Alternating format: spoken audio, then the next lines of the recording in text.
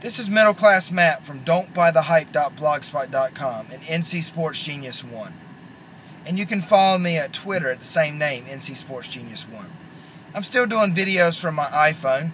I'm down here in historic, beautiful Charleston. It's very sunny.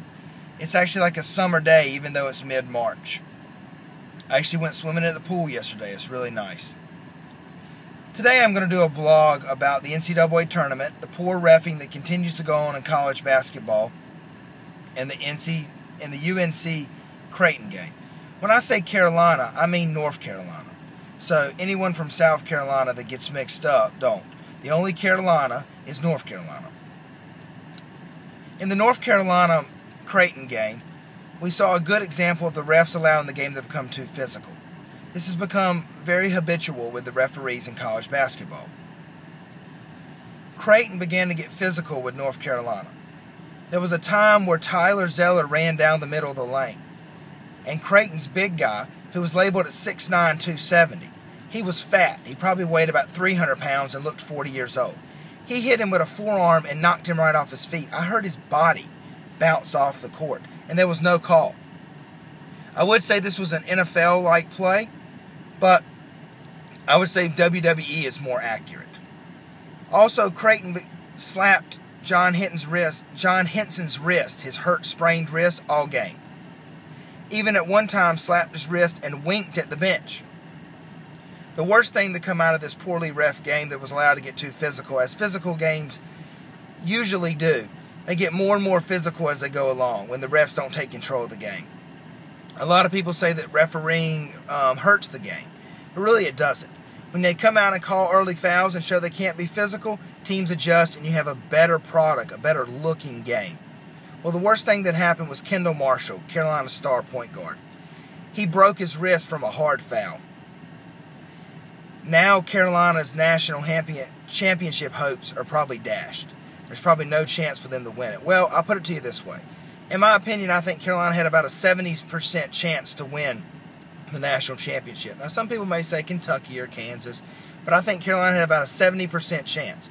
Kendall Marshall had become the point guard he needed to be. The NCAA is a point guard-oriented tournament.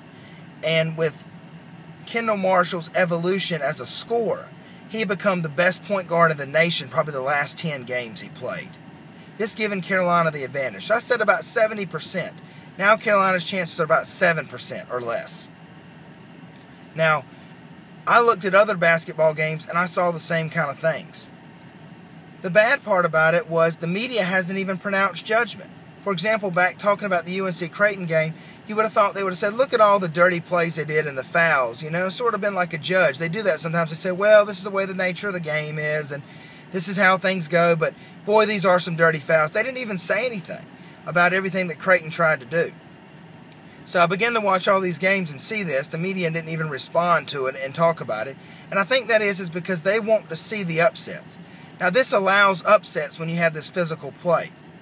It's sort of the David beating the Goliath. And they get all excited about that. Now, everyone's excited when Lehigh beats Duke. But that wasn't the case in that game. Duke just got outplayed and Duke was overrated. But what happens a lot of times is the team with less athleticism is allowed to be physical. But this neutralizes the better team. So the better team that has the advantage is being pushed and shoved and fouled, and they can't use their ability to beat them. So this happens a good bit. I watched the Michigan State-St. Louis game, and it was like a football game.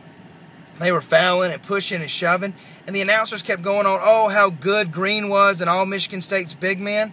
They were all fat. They wear T-shirts to hide their big fat arms. And if they're allowed to push and shove, yeah, they're big and strong and fat, they're going to do that. Now, they're talented guys. I'm not going to say they're not, but they're not as talented as a lot of the other big men in the country. And because they're allowed to push and shove, they get an advantage. That's the only chance they have. When Michigan State squared off at against North Carolina on the aircraft earlier this season, they got beaten badly because Carolina was so athletic. If you've ever watched Big Ten basketball, it's horrible. It's like football. If I want to watch football, I'm going to watch the NFL. It's a great product. I don't want to watch that when I watch college basketball. But still, I'm going to watch the tournament, and it'll be pretty good, even though I think it's going to be too physical. And these fouls have to stop. Well, I'll talk to you next time. This is Middle Class Matt at don'tbuythehype.blogspot.com and NC Sports Genius 1. Enjoy the tournament.